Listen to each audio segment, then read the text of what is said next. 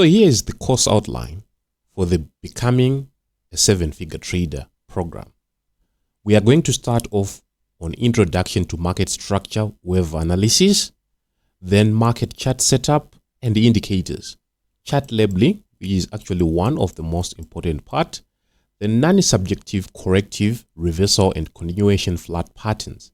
These are now patterns which we will be looking and focusing on. Fundamentals, wave predictions, price levels, chapter 6, and trade timings. Then last but not least is Becoming the Seven-Figure Trader strategy. This is now to consolidate everything that we would have learned to make it one thing that can be applied on any tradable asset. Might it be futures, might it be stocks, bonds, anything that is tradable, you will be able to actually make your moves. So here is going to be the learning structure for this program. Trading is actually a lonely business and requires companionship.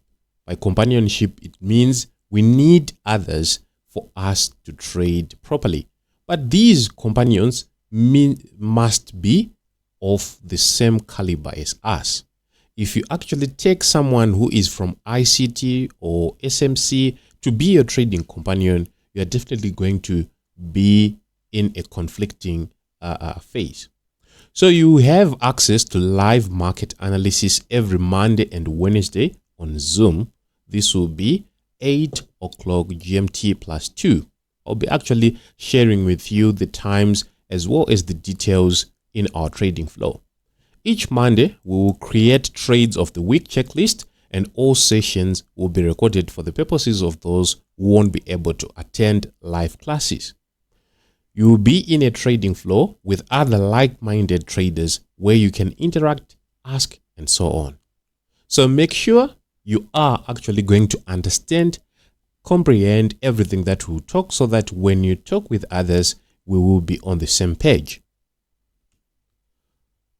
The first topic in this chapter is going to be market structure. It's actually the novice part of trading, if I can say, the preliminary stages of trading. So the way I tried to structure this course is to start with the simple things, going to the harder things, so that we can easily comprehend and be able to apply all the information. So markets can only move in three forms. We are actually saying uptrend, downtrend, and consolidation. We all know that if we have been exposed to the markets for some time. Whatever the trading style, which is on the internet, this one or any other trading style, will be only trying to find points to sell the rally and buy the dips. That's basically what we'll be trying to do in any trading strategy, any trading methodology, any trading reasoning. However, the markets are sophisticated that you will not see these moves clearly. They'll only be visible to the trained eye. And I wish by the end of this particular course, you will be one of the trained people to see the sophisticated structures. Here is the basic market structure that you can find in any trading text. It's basically a structure where we have rallies, and higher highs, higher lows, higher lows. Actually, it was higher low. In these points, this is where we want to buy into the market. And the inverse is true. If we are actually dropping, we want to sell at these particular points. Getting these points with high precision will actually lead to profitable trading. Therefore, our main job is to find these points within the market. However, the real market view looks like this. You have been shown how it looks like theoretically, but in reality, there will actually be movements like this, whereby you start to ask yourself, where is the higher high, where is the lower high, and so forth. So this course is going to simplify everything for you so that you'll be able to find the order within the markets. Comparing the two illustrations, we can see that it's simple to talk of market structure theoretically, but extremely difficult if we are in real market view. This now calls for rules to tackle the market so that we will be able to see the peaks and dips clearly and without subjectivity. Someone may just come and say, this is a peak, this is a peak. But how were we going to know that it was going to be a peak before it actually occurred? We do not want to be such kind of traders who can trade in hindsight, because what we want to trade is in the future. That is where the money is. So we need to give facts, and these are the facts for wave analysis.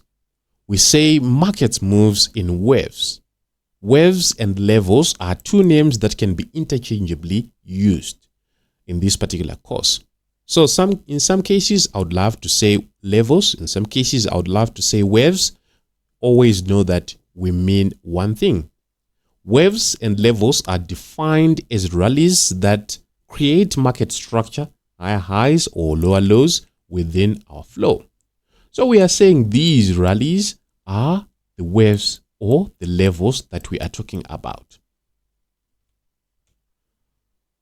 They indicate involvement of large market players of the market. We know that the market is actually a battlefield of supply and demand.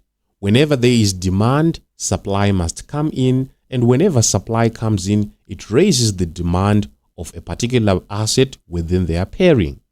For instance, if we have euro against dollar, of course, this is basic knowledge. If we actually see the market going to the upside, it means people are actually opting to buy euro using US dollars. The inverse is true. When the market is actually dropping, it means they are actually using euros to buy the US dollar. So that's basically what we'll be seeing on the markets. And whenever this is done by large market players, by banks, by large financial institutions, we would see the market moving very fast and quickly away from the dip or from the rally. We want to buy or sell at the very start of these levels.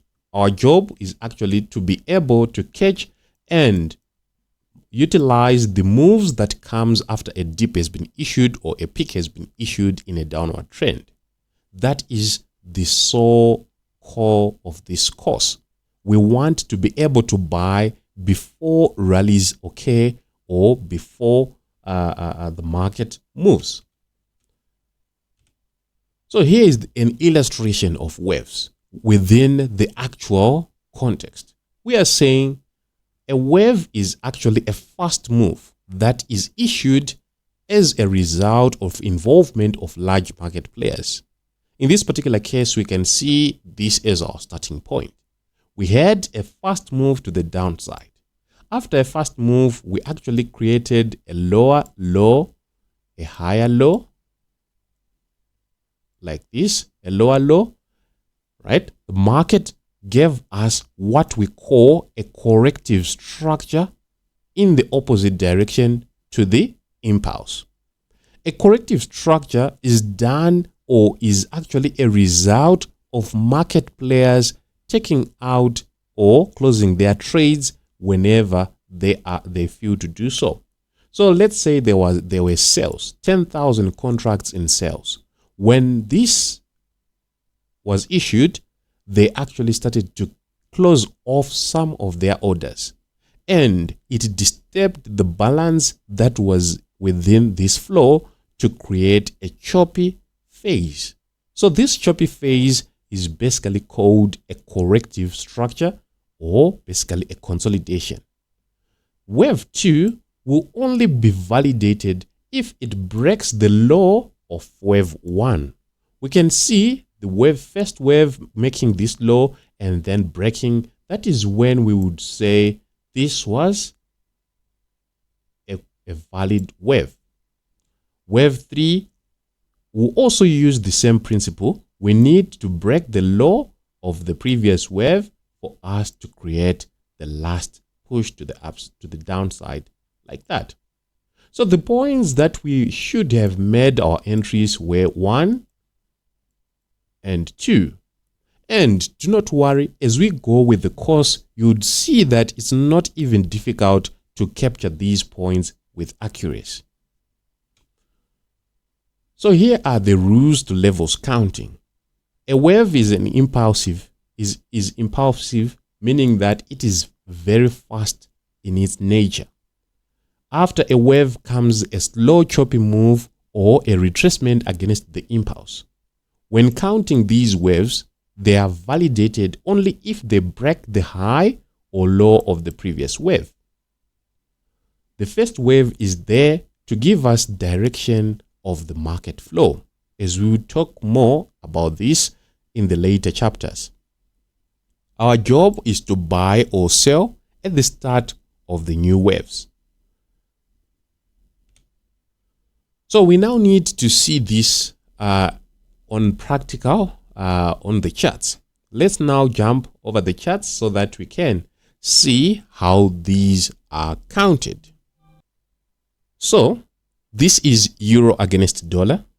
As you can see, my chart is actually in black and white.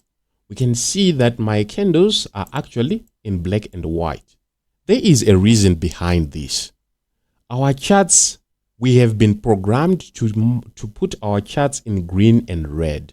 However, green and red are actually trigger colors. Whenever you see a green candlestick rolling to the upside, you are deemed to be in a formal phase than when you see it as a black one. So I advise you to change your colors to black and white so that you will create an environment that is peaceful and that is less triggering to FOMO. All right. The first thing that you can see, my chart is clear, but as we go, we'll be adding some tools to simplify how we see. We have some, we need to define something before we go further, which actually states that whenever we are on any time frame, we expect to see 3 impulses or 3 levels of the preceding time frame. When we are analyzing any tradable asset, we start off from the higher time frame, going to the smaller time frame. That is basically called top-down analysis. So most platforms that are available, MT4, CTrader, TradingView, they all have these time frames. The starting time frame is the monthly time frame that gives us a general bias of where the market is going. On the monthly time frame, we just need to find the higher highs and the higher lows as we have illustrated on the slides. In this particular case, we can see that this one was actually the highest point or the highest price that is available to us, and this the lowest price that is available to us. Therefore, our bias or our trading decisions are going to be made using what we can see in this particular point. Right. So the first thing is from the highest, we had we can see the candles dropping to the downside to create this low. A low was created in this particular point like this. After that, we can see another down move breaking the low of the first impulse or wave to the downside. After breaking that, we can see it creating a low like this. Before the market broke this low, in this particular phase, we would say the market has not yet issued the last impulse to the downside. We had an impulse that actually broke the low at this particular point to give us this particular impulse. When we have 3 levels in one direction, we say a cycle has been completed. And when we say a cycle has been completed, we anticipate to see a market reverse. It's actually a point where the market makers, the large institutional players, are now deciding to reverse the market into the opposite direction. Like in this particular case, 1, 2, and 3 on Euro USD, the cycle is completed on the higher time frame which is the monthly time frame. Therefore, we are now expecting to see the market move to the upside like this. However, whenever we reach the last impulse or the last wave, we expect to see a multi-period M or W pattern. Like in this case, we had the first touch to the low or the lowest price. We will need to actually retest that same price before we shift in the opposite price. So in this particular case, we have defined the market cycle. How the market cycle comes into play, it will need to break structure twice. Break of structure, and a multi-period M or W depending on the market context. So what is our bias on the higher time frame of the monthly time frame? We have seen break of structure twice. Therefore, our bias is now going to be up. But before we do so, what are we going to do? We are going to see the market create a multi-period M pattern, right? So from the monthly time frame, we now go to the lower time frames. The lower time frames, we are now working towards finding an entry point. And whilst on the lower time frames, we need to continue from where we left on the higher time frame.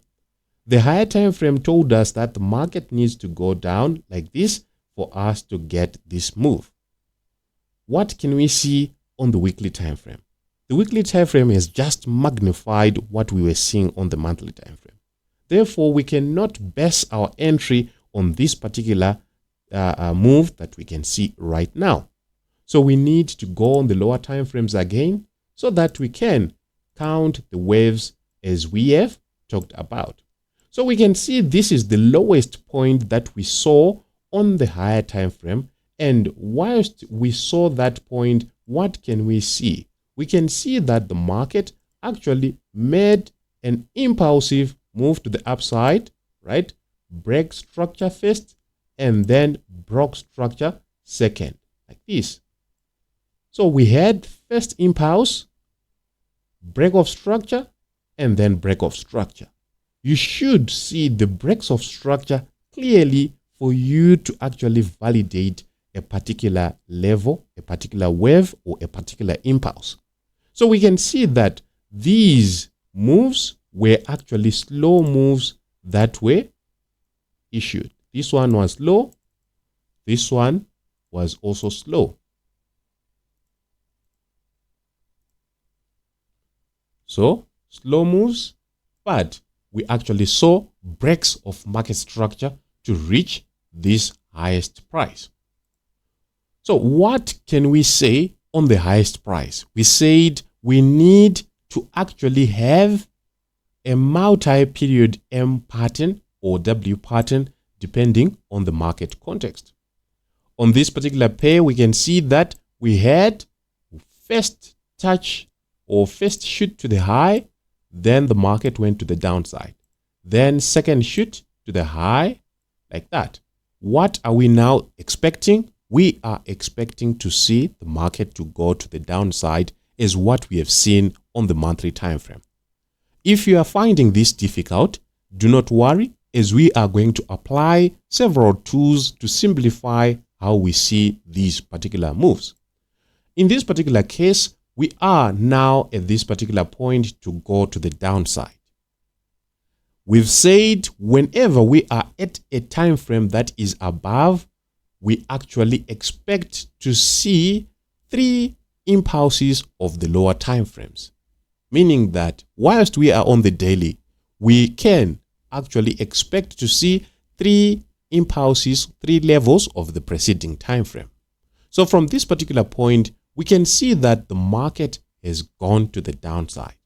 This is an impulse to the downside on this daily time frame. Then we can see a pullback to the upside like that. Then after that pullback, since we haven't satisfied the move to the downside, we will need to restart the cycles even though they have completed on the smaller time frames. When we are actually linking 2 cycles, we will create what we call a restart point or a reset point.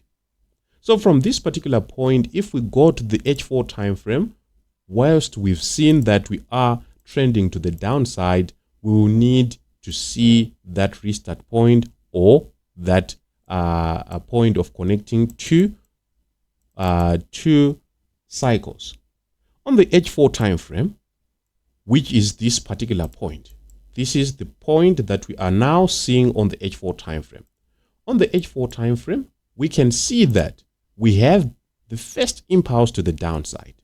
We have consolidation, second impulse to the downside, and creating this low, right? This was the low. And then from there, we had choppiness, and then the market came back within that choppiness. Therefore, this war phase is actually a phase of consolidation. We had consolidation here, and then the market gave us an impulse to the downside. So what are we saying? We are saying the cycle was actually completed because we can see that there was break of structure here, and then break of structure here. And then after twice breaking of structure, we've said we reach a point where we expect to see a multi-period MOW depending on the market context. In this particular case, we had this where we had first, second, and the market went to the upside. After that, what can we see? We can see the market to start to continue to the downside. We can see that from that particular point, we had what we call a reset, which is this point on the higher time frame. This is the daily time frame restart. So from there, we are actually now expecting to see the market break again this low, right? Whilst we are going to the downside, as we've seen, and then a period of pullback or consolidation, and then break again that low to go to the downside like that. This is our anticipation to go to the downside, and this is how we are actually seeing these charts actually making order and actually giving us a sense of bias. So these impulses actually interconnect together, and in summary, we are saying a level on the higher time frame will require 3 levels of its preceding time frames, and then we actually expect to see the market go in the bias of the higher time frames. So on this particular case, if we go to the H1 starting at this particular point, we can see there was test, test, test, and another test. Therefore, we now count this as our first impulse to the downside. So on the H1 time frame, this is how it looks like. We can see the first drop to the downside. After that first drop to the downside, there was this low that was created, and from that low, we are still expecting to see another drop to the downside so that our cycle will be complete. So as I've said, these are the points that we are going to learn to sell from and make money before the moves actually happen. So this is actually introduction to wave structure analysis, and we are actually saying if this is actually difficult for you, do not get stressed, as we will add several tools on the charts, and within our weekly sessions, we will be actually meeting a lot and several examples to fully comprehend and concrete this particular concept. On that note, we've come to the end of our first lecture, and I'll see you in chapter 2, where we will talk about market chart setups. Have a blessed day.